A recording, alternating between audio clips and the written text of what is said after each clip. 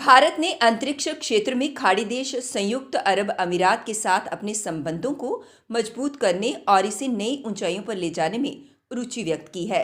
UAE शिखर सम्मेलन Abu Dhabi space debate के उद्घाटन समारोह में अपने मुख्य भाषण में डॉक्टर जितेंद्र सिंह, केंद्रीय राज्य मंत्री विज्ञान और प्रौद्योगिकी, ने यूएई के नेता शेख मोहम्मद बिन जायद की उपस्थिति को स्वीकार किया।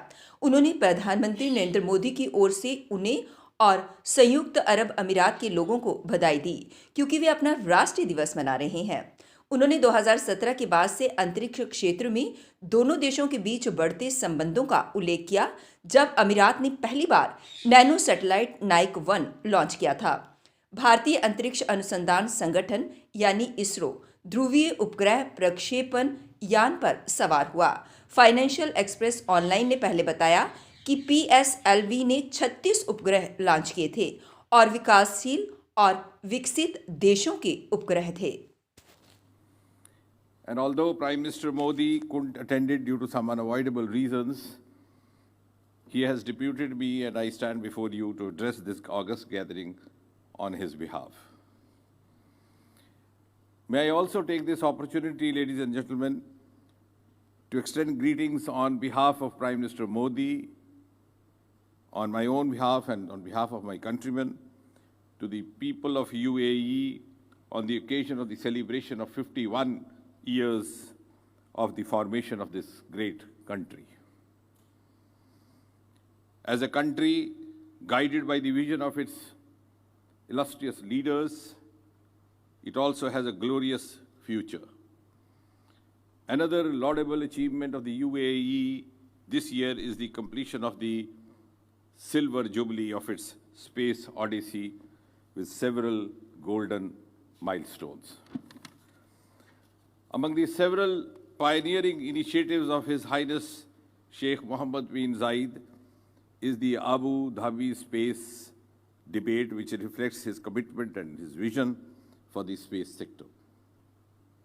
Much of this vision, ladies and gentlemen, has already become a reality, with the UAE sending a space mission to Mars orbit, thereby becoming the 6th such country in the world, demonstrating its prowess in the space sector. And on the top of that, the UAE became the only second country other than India to successfully launch a Mars orbiter in its very first attempt. I also congratulate the UAE for planning its second human space mission next year by sending 4 astronauts in the space for 6 months. I also congratulate the UAE for planning its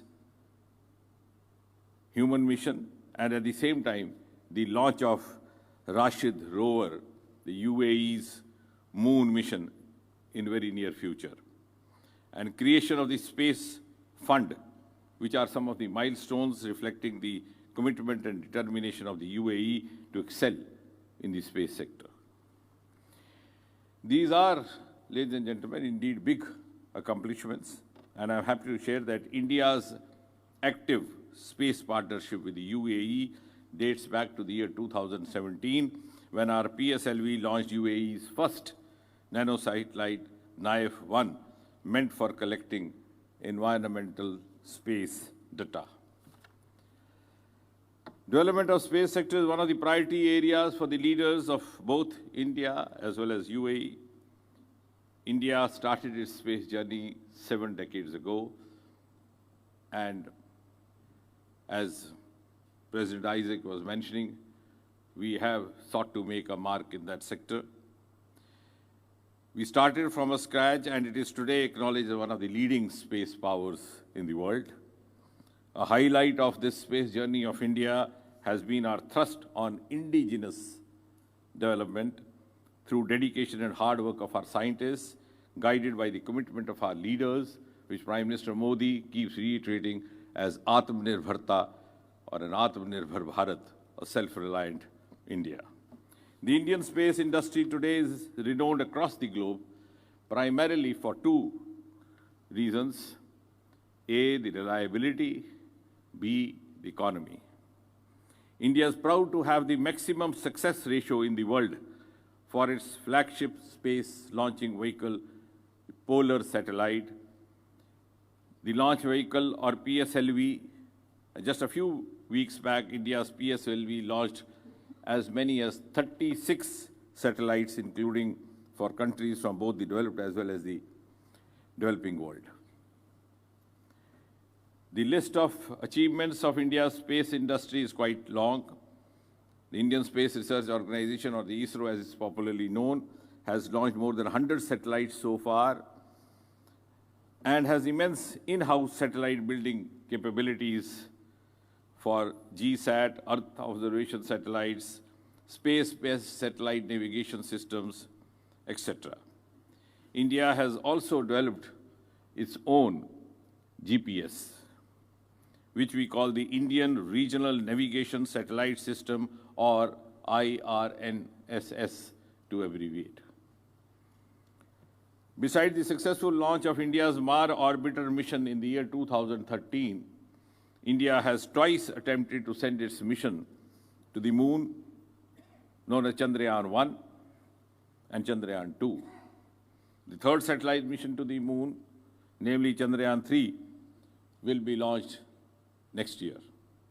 Our other flagship space programs include Human Space Flight Center, or what we call in India's Gaganyaan project, under which we are planning to send the first crewed flight in space in the year 2024.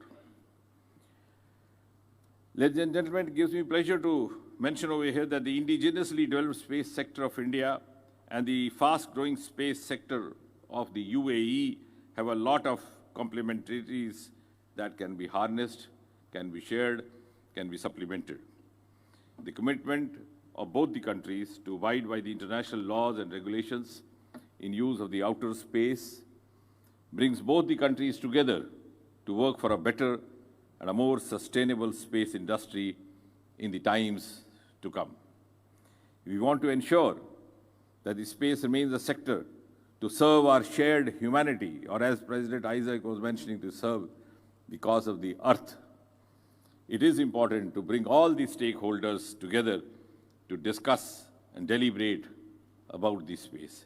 And in this regard, the platform, this one that we are meeting today, has the potential to shape the future of the space sector in the world. I'm also pleased to share with you that in India we believe in the philosophy of what we describe as Vasudev Kutumbakam, which means the world is one family. This philosophy not only calls for bringing all the stakeholders together, but also to share the fruits of our development with all of them. It is because of our strong commitment to our values that we want to share the fruits of space development to reach all the countries and bring closer cooperation between governments and private entities in the space sector. With this idea, we have, with the intervention and indulgence of Prime Minister Modi, recently brought certain landmark reforms leading to policy initiatives to tap the best of our research potential as well as participation of the private sector. We have also been promoting development of startups in the space sector. And this is meant to facilitate the entry of foreign government and foreign private sector entities as well. In this regard, India has recently established a dedicated organization called the Indian Space Promotion and Authorization Center, or abbreviated as InSpace, which is tasked with the objective of hand-holding our nascent private entities in the space sector. I appreciate that the thrust of the Abu Dhabi space debate today is on building the role of governments in empowering space business and technology. The list of discussions in this debate on the role of the space sector to solve the climate issues, the bringing accountability to private and environmental commitments, threats to and from the space, to its political discourse and making the presence of private sector, space innovation, people-driven, that serve humankind are very relevant to our times and are also eye-opening topics and subjects, setting apart this initiative from any other such gathering in the space sector in the past. I must also say that these topics are very much in sync with India's own space policy initiatives in the last few years under Prime Minister Modi. I am convinced that the discussions and the debates in these 2 days will bring out synergies between governments, the private sector, and also the scientists for betterment of society and the world as a whole. We also appreciate that the theme of the sustainable development of space sector is also a priority for us back home in India as well.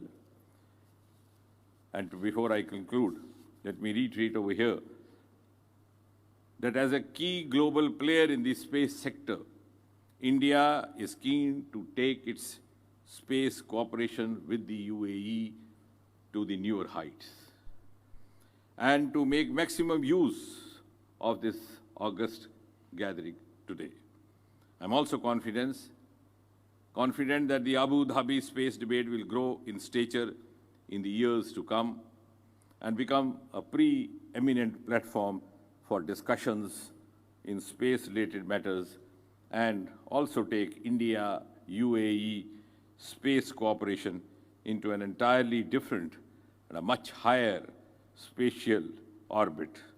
Lastly, as India assumed the chairmanship of G20 very recently on 1st of December, let me once again welcome the UAE to the G20 summit and the G20 meetings during the period of India's chairmanship. And before I end, I wish all the success to the Abu Dhabi space debate and thank the UAE and its leadership for having taken this important initiative. Thanks once again, and greetings to all.